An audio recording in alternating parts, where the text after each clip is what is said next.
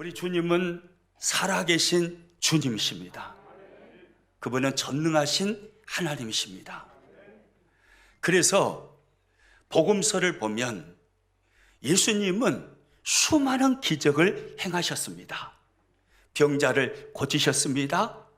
귀신 들린 자에게서 귀신을 쫓아내셨습니다. 안진뱅이가 예수님께 나아오니 안진뱅이가 벌떡 일어났습니다. 눈먼 자 눈을 뜨게 해 주셨습니다. 귀머거리 귀를 열어 주셨습니다. 말할 수 없는 그 사람의 입을 열어 주셨습니다. 죽은 자까지 살려주신 주님, 그분이 바로 우리가 믿는 예수 그리스도이십니다. 예수님께서 수많은 기적을 행하시자 사람들이요 예수님을 따라서 예수님께 나아왔습니다. 예수님의 인기가 하늘을 치솟는 것입니다. 그 인파를 피하여서 예수님은 산에 오르셨습니다. 산에 오르셔서 제자들에게 입을 여시고 조용히 말씀을 하십니다. 그 말씀이 그 유명한 산상설교 말씀입니다. 우리가 2주 동안 다른 말씀을 살폈고요. 이제 또 산상설교 주님의 말씀을 이어서 말씀을 나누도록 하겠습니다. 오늘 말씀은 조금 어려울 수도 있습니다. 그러나 저의 장점이 뭡니까? 어려운 것을 쉽게 한다는 거잖아요. 머리가 안 좋아서 어려운 거 어렵게 잘 못해요. 제가 이해한 것밖에 말하지 못합니다. 최대한 쉽게 하려고 노력할 테니까 여러분 귀를 쫑긋 기울이시고 주님의 말씀을 아멘으로 잘 받으시기를 축복합니다. 이미 예수님 믿고 복음의 진리를 받아들여서 구원의 확신이 있으신 분들은 내가 받은 구원을 다시 한번 확인하는 시간이 되었으면 좋겠고요. 교회를 다니기는 다니는데 내가 예수님을 믿고 있는지 믿고 있지 않는지 헷갈린다. 복음이 무엇인지 모르겠다.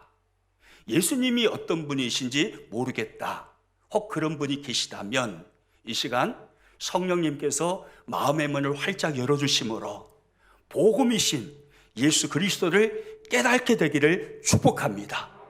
그래서 진실로 예수님을 믿음으로 이 땅에서 우리의 신앙생활이 자유와 기쁨이 충만한 우리 모두의 삶이 되시기를 축복합니다. 지구가 온 우주의 중심이 되어 태양은 지구를 돈다라는 천동설을 믿었던 그런 시대가 있었습니다. 그때에 갈릴레오 갈릴레이라는 이 사람은 천문대화라는 책을 펴내면서 아닙니다. 태양이 지구를 도는 게 아니라 지구가 태양을 돕니다. 라는 학설을 주장했습니다. 이로 인해서 갈릴레오는 3년 동안 고행을 언도받았고 그가 집필한 천문대화라는 이 책이 보급되지 못하도록 보급 금지령을 내렸습니다. 그로부터 350년이 지난 1999년 6월 7일 로마 교황청 요한 바오로 2세가 갈릴레오에게 내린 재판이 잘못되었다라고 인정하고 선언했습니다. 갈릴레오가 무죄라는 것이죠. 무려 350년 만의 말입니다. 우리 일반적으로 사람들은요, 어떤 하나의 것에 대하여서 누군가를 오해하면 그것이 풀려지는 데는 상당히 오랜 시간이 걸립니다. 예수님께서 사역하실 때 유대인들은 예수님을 오해하였습니다. 예수님께서 하나님 나라의 복음을 전하시자 그들은 의심의 눈초리로 예수님을 살피기를 시작했습니다. 예수님의 말씀을 들었습니다. 예수님의 행동을 보았습니다. 그리고 종합하여서 그들은 이렇게 결론을 내렸습니다. 예수님은 율법을 무시하는 자이다. 예수님을 오해한 것이죠. 유대인들은요, 안식일을 지키기 위해서 수십 가지, 많게는 수백 가지의 자신들의 법을 만들어서 일하지 않고 안식일을 지키기 위하여서 몸부림을 쳤습니다. 그런데 예수님은 안식일 날에도 병자를 고치시는 것입니다. 예수님이 병자를 고치시는 일을 하시는 것을 보고 유대인들은 기겁을 한 것입니다. 물었습니다. 왜 안식일에 일을 합니까? 그때 예수님은 말씀하십니다. 안식일의 주인은 바로 나다. 이게 주님의 말씀이셨습니다. 그들은 이해할 수가 없었습니다.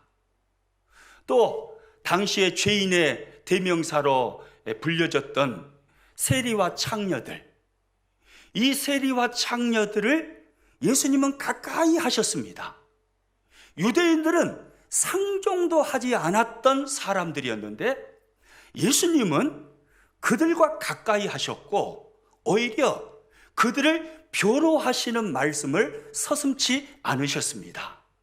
그러다 보니까 유대 지도자들은요, 예수님을 더욱 의심하게 되었고 급기야 예수님을 혐오하면서 예수님께 공격을 가했습니다. 복음서에 들어가 보면 그러한 모습이 약 20번 정도 나옵니다. 그러나 우리가 성경을 잘 알고 있기 때문에 알지만 예수님은 결코 율법을 단 한 번도 무시한 적이 없으십니다. 오히려 예수님은 율법의 권위를 철저하게 인정하신 주님이셨습니다. 오늘 성경 본문이요, 우리들에게 그것을 잘 가르쳐 줍니다. 오늘 보면 마태복음 5장 17절 말씀 같이 있습니다. 내가 율법이나 선지자를 피하러 온 줄로 생각하지 말라. 피하러 온 것이 아니요 완전하게 하려 함이라. 할렐루야. 예수님은 말씀하십니다. 내가 율법 피하러 온 것 아니다. 선지자들의 예언 피하러 온 것 아니다. 즉 구약 성경을 피하러 온 것이 아니다. 나는 완전하게 하기 위하여서 이 땅에 왔다라고 주님이 말씀하셨습니다. 예수님은 율법의 권위를 철저하게 인정하셨다라는 주님의 말씀이죠. 또 18절 이어지는 말씀 같이 있습니다. 진실로 너희에게 이르노니 천지가 없어지기 전에는 율법의 1.1획도 결코 없어지지 아니하고 다 이루리라. 천지가 없어지기 전에는 율법의 1.1획도 결코 없어지지 아니하고 다 이루리라.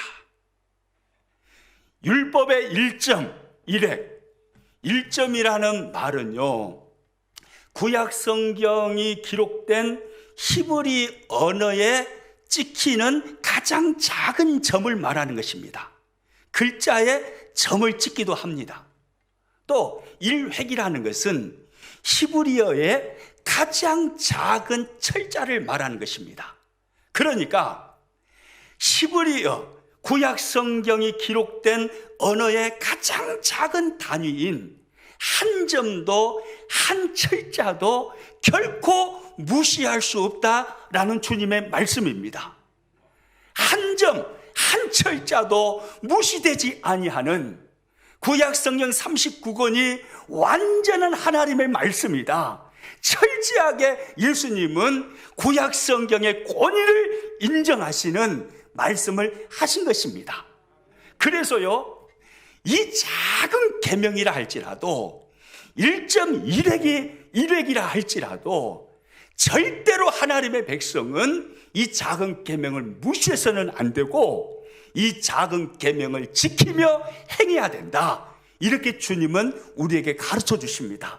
본문 19절 말씀입니다. 그러므로 누구든지 이 계명 중에 지극히 작은 것 하나라도 버리고 또 그같이 사람을 가르치는 자는 천국에서 지극히 작다 일컬음을 받을 것이요, 누구든지 이를 행하며 가르치는 자는 천국에서 크다 일컬음을 받으리라. 노란색 글씨만 한번 위아래 같이 연결해서 읽어봅니다. 이 계명 중에 지극히 작은 것 하나라도 행하며 가르치는 자는 천국에서 크다 일컬음을 받으리라. 여러분, 이렇게 말씀하시는 주님을 볼 때 유대 지도자들이 생각하는 것처럼 예수님은 율법을 무시하시는 분이신가요? 아닙니다. 구약 성경 말씀을 예수님은 가벼이 여기시는 분이신가요? 아닙니다. 유대 지도자들의 오해이죠. 예수님께서 철저하게 율법과 선지자들의 애언으로 구성되어 있는 구약 성경을 인정하고 철저하게 그 권위에 복종하시는 모습을 우리는 마태복음 26장에 가서 겟세마네 동산에서 기도하고 내려오신 주님의 모습에서 잘 엿볼 수가 있습니다. 여러분이 잘 아시는 것처럼 예수님은 우리의 구원을 위하여 십자가에 오르시기 전에 겟세마네 동산에 오르셔서 피눈물을 쏟으시며 기도하셨습니다. 그리고 동산에서 내려오셨을 때 가룟 유다를 앞세운 군대가 예수님을 포위하였습니다.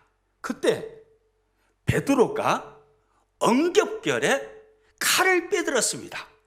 그리고 휘둘렀습니다. 그러자 예수님께서 베드로에게 말씀하죠. 너의 칼을 칼집에 꽂아 넣으라. 그러면서 내가 지금이라도 내 하늘의 아버지께 구하여서 수십만의 천사들을 보내게 할 수 없는 줄 아느냐, 이렇게 주님이 말씀하십니다. 기억나시죠? 여러분, 예수님의 그 말씀을 들으셨죠? 성경 속에서. 예. 그렇게 말씀하시고 나서 예수님이 이 말씀을 하셔요. 마태복음 26장 54절입니다. 내가 만일 그렇게 하면 이런 일이 있으리라 한 성경이 어떻게 이루어지겠느냐 하시더라. 무슨 말이에요? 내가 만약에 수십만의 천사들을 불러와서 로마 군대를 쫓아내 버린다면 어떻게 십자가를 통한 구원의 놀라운 이 일이 이루어지겠느냐, 이 말이에요. 예수님은 철저하게 구약 성경의 권위를 인정하신 것입니다. 구약 성경에는 하나님의 아들이 이 땅에 오셔서 십자가를 지시고 우리의 모든 죄를 대신하여 죽으심으로 우리를 구원하실 것에 대하여 말씀하셨습니다. 만약에 예수님께서 천사들을 불러와서 로마 군대를 다 쫓아버린다면 예수님이 어떻게 구약 성경에 애언되어 있는 그 구속을 십자가 위에 오르셔서 완성할 수 있겠느냐, 이 말씀이잖아요. 그러니까 이 부분을 보았을 때 예수님은 철저하게 율법의 권위를 인정하셨고 구약 성경의 모든 말씀, 가장 작은 1.1핵이라 할지라도 모든 말씀을 철저하게 인정하셨고 그 말씀에 복종하셨던 주님이셨음을 알 수 있는 것입니다. 아멘입니까? 그러므로 오늘 이 시대에 우리는 예수님을 본받아서 예수님을 따르는 제자로 신앙생활하는 그리스도인들입니다. 아멘이시죠? 그렇다면 예수님이 그렇게 하신 것처럼 우리 또한 철저하게 신구약 성경의 어떤 말씀도 가벼이 여겨서는 안 되는 것이며 어떤 말씀도 무시해서는 안 되며 신구약 성경 66권 모든 말씀은 하나님의 권위 있는 말씀으로 믿고 인정해야 되는 것이며 그 말씀을 순종하며 살아야 될 줄로 믿습니다. 아멘이시죠? 그런데요, 어떤 사람들은요, 신약 시대는 은혜의 시대이기 때문에 우리가 굳이 구약 성경을 안 읽어도 된다. 율법과 선지자들의 말씀들을 가까이 하지 않아도 된다. 우리는 신약시대, 은혜시대에 사는 사람들이기 때문에 신약 성경만 열심히 읽으면 된다 라고 말하는 사람들이 있습니다. 물론 우리 교회 교인들은 한 명도 그런 사람이 없는 줄로 믿습니다. 한 명도 없을 거예요. 그런데 속 없는 어떤 사람들은 신약 성경만 읽어요. 구약은 읽을 필요가 없다라고 말하는 거예요. 그러나요, 여러분, 구약이 정말로 중요한 이유는 구약 성경 역시 우리 주 예수 그리스도를 드러내는 하나님의 말씀들인 줄로 우리는 믿습니다. 이것 때문에 우리는 구약 성경을 열심히 읽어야 되는 거예요. 여러분, 신구약 성경 66권의 총 주제는 구원입니다. 아멘이시죠? 죄인들을 하나님께서 구원하신다는, 메시아를 통해서 구원하신다는 놀라운 진리를 선포하는 책이 바로 성경책이에요. 이것이 66권의 총 주제입니다. 그러면 이 총 주제인 구원을 이루시기 위해 이루셨던 주인공은 누구십니까? 예수님이시죠. 예수님이 바로 구원을 이루셨습니다. 예수님이 주인공이에요. 구약에도 예수님이 주인공이고 신약에도 예수님이 주인공입니다. 아멘입니까? 구약은 이 땅에 하나님의 아들로 오셔서 우리의 구속을 이루실 예수님에 대하여서 애언하는 말씀들로 가득한 성경이 바로 구약 성경이고, 신약 성경은 그 애언의 말씀을 가지고 이 땅에 오셔서 성취하시고 이루신 오신 예수 그리스도를 우리들에게 선포해 주는 성경이 바로 신약 성경입니다. 그래서 신구약 성경 전체가 바로 예수님을 우리들에게 말씀해 주는 거예요. 그러므로 우리는요, 구약 성경을 절대로 무시해서는 안 됩니다. 오늘 본문에 들어가서 보아도요, 예수님께서 오신 이유가요, 율법, 선지자들의 애언, 즉 구약 성경을 폐하시기 위해서 오신 것이 아니라 구약 성경을 완전하게 하시기 위해서, 율법을 완전하게 하시기 위해서 오셨다라고 주님이 말씀을 하십니다. 오늘 보면 17절 말씀 다시 한번 읽습니다. 내가 율법이나 선지자를 폐하러 온 줄로 생각하지 말라. 폐하러 온 것이 아니요 완전하게 하려 함이라. 할렐루야. 예수님은 율법을 폐하러 오신 것이 아니요 뭐 하기 위해서 오셨다라고요? 완전하게 하시기 위해서요. 여기 완전하게 하다라는 이 단어의 헬라어 언어를 보니까요, 플레로사이라는 단어를 쓰고 있어요. 이 플레로사이라는 이 단어는요, 크게 두 가지 의미를 가지고 있습니다. 첫 번째 의미는 화면에 보이시는 것처럼 성취하다라는 의미를 가지고 있습니다. 예수님께서 성취하셨다는 거예요. 무엇을요? 구약의 율법을, 구약의 모든 선지자의 애언을 예수님께서 성취하셨다라는 의미입니다. 아멘입니까? 예수님은 성취하신 분인 줄로 믿으시기 바랍니다. 구약 성경 39권은요, 창세기 3장 15절, 여자의 후손이 이 땅에 오셔서 뱀의 머리를 상하게 하실 것이라는 온시복음부터 시작해서 말라기에 엘리야가 이 땅에 올 것이라는 것을 예표하는 말씀까지, 구약 성경 39권 전체는요, 하나님의 아들이 어떻게 오시며, 하나님의 아들이 어디에 오시며, 하나님의 아들이 어떻게 죽으시며, 하나님의 아들이 어떻게 죽은 자 가운데서 살아나시며, 하나님의 아들이 오셔서 어떻게 인류의 구원을 이루시는가에 대하여서 구약 39권은 우리들에게 말씀해 주시는 것입니다. 하나님의 아들이신 예수님이 이 땅에 우리를 찾아오셨습니다. 그리고 하나님의 아들이신 예수님께서 구약에 애언하신 그대로 모든 것을 다 성취하셨습니다. 그래서 동정녀 마리아의 몸에서 탄생하셨고, 그리고 예수님은 우리의 모든 죄를 짊어지시고 십자가에 오르셔서 죽으셨고 3일 만에 부활하셨고, 할렐루야. 그래서 우리들에게 영원한 생명을 허락해 주셨습니다. 구약의 모든 성경의 예언을 예수님은 성취하신 것입니다. 우리는 이 진리를 믿습니다. 아멘이시죠? 그리고 두 번째, 완전하게 하다. 플레로사이라는 이 단어의 두 번째 의미는요, 화면 보고 같이 읽습니다. 시작. 완성하다, 정결하다 라는 의미예요. 무슨 의미라고요? 완성하다, 정결하다. 율법을 완성하셨다라는 말이에요. 율법을 정결하셨다라는 말입니다. 예수님께서 율법에 대하여 마침표를 찍으셨다, 이 말씀이에요. 사도 바울은요, 이 진리를 로마서 10장 4절에서 이렇게 선포합니다. 같이 읽습니다. 그리스도는 모든 믿는 자에게 의를 이루기 위하여 율법의 마침이 되시니라. 할렐루야. 그리스도는 모든 믿는 자에게 의를 이루기 위하여 무엇이 되신다라고요? 율법의 마침이요. 예수님은 율법을 완성하신 분이시고 율법을 정결하신 분이시고 예수님은 율법의 마침표를 찍으신 분이시다, 이 말씀이에요.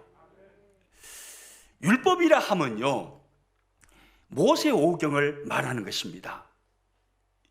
이 모세오경 안에는, 즉 율법 안에는요, 두 가지 법이 들어 있습니다. 하나는 의식법이고 또 하나는 도덕법입니다. 의식법이라는 것은 제사에 관한 법을 말씀하는 것입니다. 제사를 어떻게 드려야 하며, 조상들에게 제사 드리는 거 말하는 거 아닙니다. 하나님께, 지금의 표현으로 하면 예배죠. 하나님께 어떻게 예배해야 되며, 어떤 장소에서 예배해야 되며, 제물은 무엇을 사용해야 되며, 이런 제사에 대한 규범들이요, 모세오경에 가득합니다. 출애굽기, 레위기, 신명기에 많이 나오죠. 특히 레위기 말씀을 읽어보면 정신을 못 차릴 정도로 계속 제사법에 대해서 말씀합니다. 그래서 연초에 이제 성경을 올해는 꼭 일독을 해야겠다라고 마음을 드시고 창세기부터 1월 1일 날 읽기를 시작합니다. 창세기는 아주 은혜스럽게 잘 읽어요. 그리고 출애굽기를 읽습니다. 초반부는 아주 막 은혜가 넘쳐요. 막 출애굽 사건이 나오고 홍해가 막 갈라져 버리고 놀라운 일들이 일어납니다. 근데 20장부터 딱 넘어가니까 성막이 어쩌고 뭐 제사가 어쩌고 막 이런 말들이 나옵니다. 이제 조금 머리가 아프기 시작해요. 레위기에 딱 들어가 버리니까 이제 정신을 못 차려요. 오메 이거 뭐예요, 이것이? 계속 제사네. 이게 바로 레위기잖아요. 그런데요, 구약 율법에서 말하는 모든 제사는요, 예수 그리스도를 나타내는 것이는 줄로 믿으시기 바랍니다. 예수 그리스도를 드러내는 것입니다. 제사를 드릴 때, 하나님 앞에 제사를 드릴 때, 번제를 드릴 때, 그리고 속죄제를 드릴 때, 속건제를 드릴 때 순결한 어린 양을 잡아서 제물로 삼아 하나님께 제사를 올려드립니다. 이 어린 양은 누구를 말하는 그림자의 언어입니까? 예수님을 말하는 그림자 언어예요.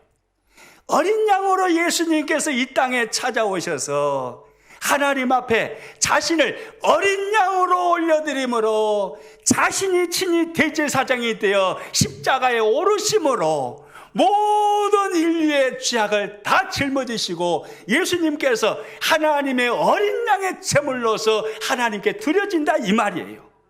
이것을 제사법을 통해서 우리들에게 계속해서 구약 성경에서 말씀해 줍니다. 여러분, 이 제사법을, 이 의식법을 예수님께서 완성하신 줄로 믿으시기 바랍니다. 예수님이 실제로 어린 양으로 이 땅에 우리를 찾아오심으로 제사법에 그렇게 많이 언급되어 있는 모든 사람들의 죄악을 어린 양으로서 다 짊어지시고 하나님 앞에 제물이 친히 되심으로 자신을 죽이시고 우리를 구원하신 것입니다. 아멘이시죠? 의식법을 완성하신 거죠. 의식법의 마침표를 찍어버리신 거죠. 또 하나요, 율법에는요, 도덕법이라는 게 또 들어있습니다. 이 도덕법이라는 게 뭐냐면 십계명을 말하는 거예요. 십계명, 출애굽기 20장 또 신명기 5장에 십계명이 잘 나오잖아요. 이 십계명을 도덕법이라고 그럽니다. 그런데 예수님께서 이 십계명을 완성하셨습니다. 이 도덕법을 완성하셨습니다. 무슨 말이냐면 도덕법을 예수님께서 완전하게 지켜내심으로 이 법을 완성해 버리셨다 이 말입니다. 예수님은 십계명의 어느 한 계명의 어떤 작은 부분도 결코 무시하지 아니하시고 완전하게 이 계명을 지키신 주님이신 줄로 믿으시기 바랍니다. 도덕법을 완성하셨어요. 이 도덕법 십계명을요, 한마디로 요약하면 마가복음 12장에서 예수님께서 잘 말씀해 주셨는데요. 마가복음 12장 29절 30절 말씀 같이 읽습니다. 예수께서 대답하시되 첫째는 이것이니 내 마음을 다하고 목숨을 다하고 뜻을 다하고 힘을 다하고요 주 너의 하나님을 사랑하라 하신 것이요. 할렐루야. 따라서입니다. 첫째는 하나님 사랑입니다. 십계명 첫째가 뭐라고요? 하나님 사랑이에요. 그 다음 둘째, 이어지는 31절입니다. 둘째는 이것이니 내 이웃을 내 자신과 같이 사랑하라 하신 것이라. 따라서입니다. 둘째, 이웃사랑. 여러분, 이것이 도덕법의 요약이고 십계명의 요약입니다. 철저하게 하나님 사랑하는 것입니다. 철저하게 이웃을 사랑하는 것입니다. 그런데 우리는요, 완전하게 이 말씀에 순종할 수 없습니다. 맞아요? 틀려요? 맞지요? 어느 누구도요, 스스로의 노력과 순종을 통해서 이 십계명의 도덕법을 완전하게 지킬 수 있는 사람은 아무도 없어요. 스스로의 순종을 통해서, 노력을 통해서 구원에 이룰 수 있는 사람은 아무도 없다 이 말이에요. 그런데 우리 예수님께서 이 도덕법을 완전하게 순종하셨습니다. 완벽하게 지켜주셨습니다. 완벽하게 이 도덕법 십계명을 지켜내심으로 예수님께서 도덕법을 완성하신 것입니다. 아이고, 예수님 믿으면서 나는 십계명을 온전하게 지키지 못하는데 그러면 오메오메 내가 받은 구원이 혹시 취소되는 것이 아닐까 걱정할 필요 없습니다.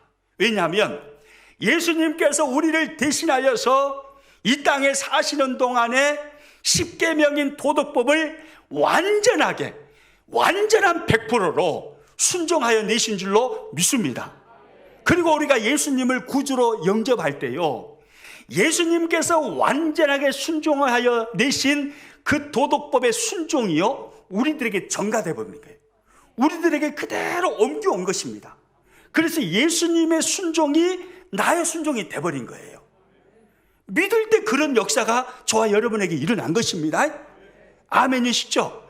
그러니까 하나님께서 우리를 바라보실 때는 예수님이라는 안경을 끼고 우리를 바라보시니까 예수님의 도덕법의 완전한 순종을 우리가 한 것으로 보이는 것입니다. 예수님의 순종이 우리들에게 전가, 우리들에게 옮겨왔기 때문에 그렇습니다. 예수님은 도덕법을 완성하셨습니다. 그래서 우리의 구원이요, 흔들릴 일이 전혀 없습니다. 아멘입니까? 따라서입니다. 나의 구원은 흔들릴 일이 전혀 없습니다. 아멘이시죠? 한 번 구원하신 하나님의 백성들을 하나님은 버리지도 아니하시고 외면하지도 아니하십니다. 여러분, 이처럼요, 좀 어려운 부분을 쭉 이렇게 살폈는데요, 이처럼 예수님은요, 구약의 예언을 성취하신 분이시고 예수님은 모세 오경에 나오는 율법을 완성하신 분이십니다. 아멘이시죠? 예수님께서 의식법과 도덕법을 완성하셨습니다. 그래서 우리들에게요, 놀라운 복을 부어주셨어요. 예수님을 믿는 사람들은요, 어마무시한 복을 받은 사람입니다. 아멘입니까? 그 복을요, 한마디로 말하면 뭐냐면 자유입니다. 자유. 뭐라고요? 자유. 예수님을 통해서 우리가 받은 복을 한마디로 말하면 뭐라고요? 자유입니다. 자유. 자유예요. 율법으로부터의 자유입니다. 저주로부터의 자유입니다. 죄의 심판으로부터의 자유입니다. 어둠의 영들로부터의 자유입니다. 심지어 죽음의 공포로부터의 자유입니다. 아멘입니까? 예수님을 믿음으로 우리가 받는 그 복을 한마디로 말하면 자유인 거예요. 죄의 심판으로부터 자유함을 얻었습니다. 그래서 지옥문이 닫혔습니다. 천국문이 열렸습니다. 죄의 심판이 우리에게 영향을 줄 수가 없습니다. 예수님이 다 십자가에서 담당하셨습니다. 그래서 우리는 자유를 얻은 것입니다. 우리는 죽음조차도 무서워하지 않는 사람들입니다. 아멘입니까? 죽음이 뭡니까? 그리스도인들에게 죽음은 이사가는 거예요. 환난이 많은 이 세상에서 환난도 없고 눈물도 없고 아픔도 없고 어두움도 없고 영원한 복락의 그 행복의 나라, 그 나라로 이사가는 거예요. 여러분, 이 힘들고 눈물 나는 세상에서 그 행복의 나라로 이사간다고 하면 이건 좋은 일이에요? 안 좋은 일이에요? 좋은 일이잖아요. 여러분, 죽음이 무섭지 않은 거예요. 죽음의 공포로부터 예수님은 우리를 자유케 하셨습니다. 할렐루야. 오 자유, 오 자유, 나는 자유하리라. 비록 얽매였으나 나는 이제 돌아가리. 자유 주시는 내 주님께. 아멘입니까? 여러분, 예수 그리스도로 인하여서 자유를 얻으셨습니까? 아멘이십니까? 그 자유를 얻으셨다면 다시 기쁨으로 오 자유 찬양 다시 한번 해봅니다. 시작. 오 자유, 오 자유, 나는 자유하리라. 비록 얽매였으나 나는 이제 돌아가리. 자유 주시는 내 주님께. 할렐루야. 예수님은요, 율법으로부터 우리를 자유케 하셨습니다. 예수님을 믿는 우리가 받은 최고의 복은 바로 자유입니다. 구원의 복이죠. 그 자유를 우리가 얻었습니다. 이 진리를요, 사도 바울은 고린도후서 3장 17절에서 이렇게 말합니다. 같이 읽습니다. 주는 영이시니 주의 영이 계신 곳에는 뭐가 있느니라고요? 자유가 있느니라. 할렐루야. 따라서 합니다. 주는 영이시니 주의 영이 계신 곳에는 자유가 있느니라. 아멘입니까? 여러분 안에 주의 영이 계십니까? 주의 영이 누구시죠? 성령님이시죠. 여러분 안에 성령님이 계심을 믿으십니까? 우리가 예수님을 믿고 있다는 것은요, 성령님이 내 안에 계신다라는 말이에요. 성령으로 말미암자고서는 어느 누구도 예수님을 주라 시인할 수가 없는 것입니다. 저와 여러분의 입술에서, 우리의 심령에서 예수님이 나의 구주가 되십니다, 내 인생의 주인이 되십니다 라고 고백을 하고 있다면 우리 안에는요, 성령님이 계십니다. 그런데 이 말씀 잘 봐보세요. 주의 영이 계신 곳에는, 즉 성령이 계신 곳에는 뭐가 있다라고요? 자유가 있느니라. 할렐루야. 우리 안에 성령이 계셔요? 안 계셔요? 계셔요. 그러므로 우리 안에 뭐가 있어요? 자유가 있어요. 자유. 아멘입니까? 우리 안에 자유가 있는 게 자유. 우리는 자유인입니다. 따라서 합니다. 나는 자유입니다. 아멘입니까? 별로 안 기쁜 것 같아요. 우리는요, 자유인이에요. 죄 심판으로부터 자유롭게 되었습니다. 죽음의 공포로부터 자유롭게 되었습니다. 저주로부터 자유롭게 된 사람들, 바로 그 사람들이 우리들이에요. 예? 그런데요, 이 놀라운 진리를 깨닫지 못하고 교회를 오래도록 다녀요. 수십 년을 교회 다녀요. 그런데 여전히 죽음의 공포에 덜덜덜 떨면서, 죄 심판에 대하여 여전히 덜덜덜 떨면서, 내가 이 죄를 많이 지었는데 이 큰 죄를 지어놓고 어떻게 천국에 갈까이? 나는 천국에 갈 자신이 없어. 그러면서 막 덜덜덜 떨면서 그렇게 신앙생활 하시는 분들이 우리 교회 말고 다른 데 보니까 많이 있더라 이 말이에요. 한국교회 그런 사람들 많습니다. 교회는 오래 다녀요. 그런데 자유가 없어요. 기쁨이 없어요.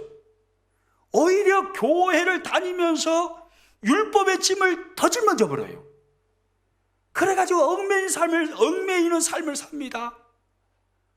불행한 사람이죠. 여러분, 세계 2차 대전 때 일본이 2차 대전을 일으켰잖아요. 그래서 일본군에 참전하여서 이렇게 전쟁을 했던 요코이 쇼이치라는 군인이 있었습니다. 이 요코이 쇼이치가 열심히 전쟁을 하다가 일본이 패망을 하잖아요. 전쟁이 끝났어요. 그런데 이 요코이 쇼이치라는 이 사람은요, 괌에 있는 한 정글 동굴 속에 들어가 가지고 거기서 27년을 혼자서 삽니다. 27년을요. 전쟁이 끝났는데 27년이 지난 어느 날 이 요코이 쇼이치라는 사람이 발견이 됐습니다. 그 발견됐을 때 그 사진이 이 사진이에요. 27년 동안 굴 속에서 살았으니 그래도 어떻게 수염은 깎고 살았나 봐요. 그 27년 동안 그렇게 살았어요. 기자들이 묻습니다. 왜 27년 동안 이 동굴 속에서 그렇게 혼자 사셨습니까? 그랬더니 이 양반이 하는 대답이에요. 전쟁 끝났어요? 전쟁 끝났어요? 이러더라는 거예요. 그러니까 이 사람은 전쟁이 아직도 안 끝난 줄 안 거예요. 일본 군대가 다 멸망을 했는데 자기 혼자 살아있는 줄로 착각한 거예요. 그래가지고 혼자서 꼭꼭 숨은 거예요. 굴 속에 들어가서. 그 27년 동안을 자유를 누리지 못하고 여전히 전쟁이 계속되고 있는 줄 알고 그 굴 속에서 혼자 덜덜덜 떨면서 무서움 가운데 살았다는 거예요. 참 어리석은 사람이죠.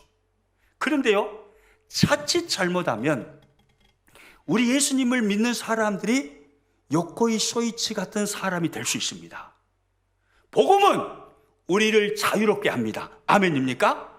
복음은 우리들에게 자유를 줍니다. 죄 심판으로부터 자유를 주는 것입니다. 죽음의 공포로부터 자유를 주는 것입니다. 저주로부터 자유를 주는 것입니다. 율법으로부터 자유를 주는 것입니다. 그런데 그 자유를 자신이 받았음에도 불구하고 그 자유가 내 안에 있음을 깨닫지 못하고 여전히 율법에 얽매여서 죄의 심판에 두려워 떨면서 혹시나 지옥 가면 어떻게 할까?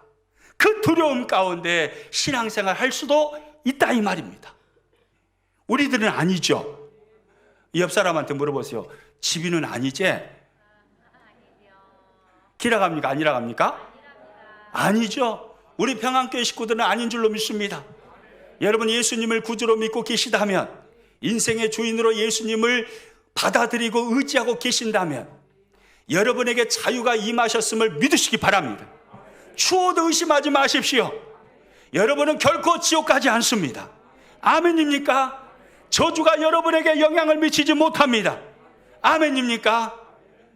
죄의 심판이 여러분을 심판하지 못하는 것입니다. 우리는요, 자유를 얻은 자입니다. 그러므로요, 신앙생활은요, 기쁨이에요. 자유를 얻었기 때문에, 예수님 안에서 자유를 얻었기 때문에 신앙생활은 기쁜 거예요. 신난 거예요. 즐거운 거예요. 이것이 신앙생활입니다. 환경하고 상관없어요. 환경이 아무리 가난하고 내 육신이 질병에 걸렸을지라도 영원한 그 자유, 그리스도 안에서 얻은 그 영원한 자유의 그 은혜를 빼앗아갈 수가 없는 것입니다. 어떤 환경 속에서도 그리스도인들은요, 기뻐하며 살 수 있는 사람들입니다. 그 사람이 바로 그리스도인이고 그렇게 사는 것이 신앙생활이에요. 따라서입니다. 자유와 기쁨. 자유와 기쁨. 이것을 누리는 것이 신앙생활입니다. 아멘이죠? 자유와 기쁨을 누리는 것이 신앙생활이에요. 다른 게 아니에요. 예수님께서 다 성취하셨습니다. 예수님께서 완성하셨습니다. 예수님께서 율법의 마침표를 찍으셨습니다. 십자가와 부활을 통해서 모든 것이 다 이루어졌습니다. 우리가 예수님을 믿을 때 자유의 복이 우리들에게 임하였습니다. 천국이 우리들에게 임하였습니다. 믿으시기 바랍니다. 신앙생활은 자유와 기쁨을 누리는 것입니다. 우리나라에 기독교가 처음 들어왔을 때 100여 년 전에요, 세상 사람들은요, 교회를 바라보면서 이렇게 말을 했다고 그럽니다. 화면 보고 같이 한번 읽습니다. 불교를 믿는 사람들은 초상집에 사는 사람 같고, 유교를 믿는 사람은 제삿집에 사는 사람 같고, 예수를 믿는 사람은 잔치집에 사는 사람 같다. 할렐루야. 다시 한번 읽어봅니다. 시작. 불교를 믿는 사람은 초상집에 사는 사람 같고, 유교를 믿는 사람은 제삿집에 사는 사람 같고, 예수를 믿는 사람은 잔치집에 사는 사람 같다. 여러분, 이 말은요, 그 시대의 그리스도인들이 스스로 한 말이 아니에요. 교회 밖에 세상 사람들이 교회를 보면서 했던 말입니다. 100여 년 전 우리나라 환경이 어떠했습니까? 가난했습니다. 찢어지게 가난했던 시대입니다. 나라 잃었습니다.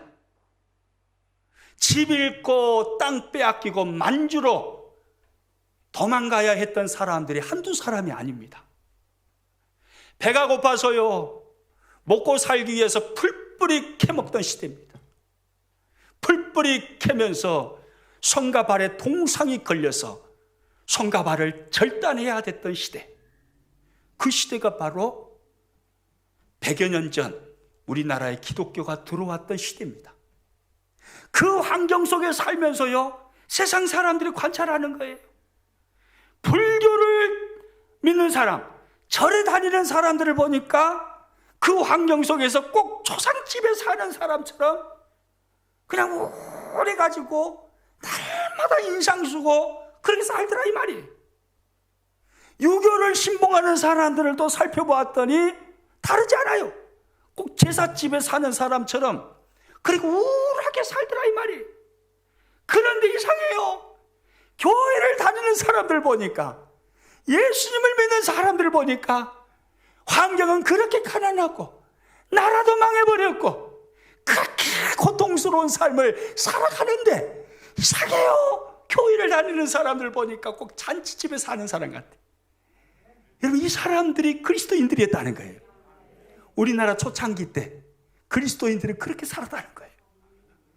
그렇게 가난하고 나라 망해서 쫓겨가고요, 풀뿌리 캐먹던 그 시절이었지만, 그러나 예수님 믿는 사람들, 우리 믿음의 선배님들은요, 예수 그리스도 안에 있는 자유를 누린 것입니다.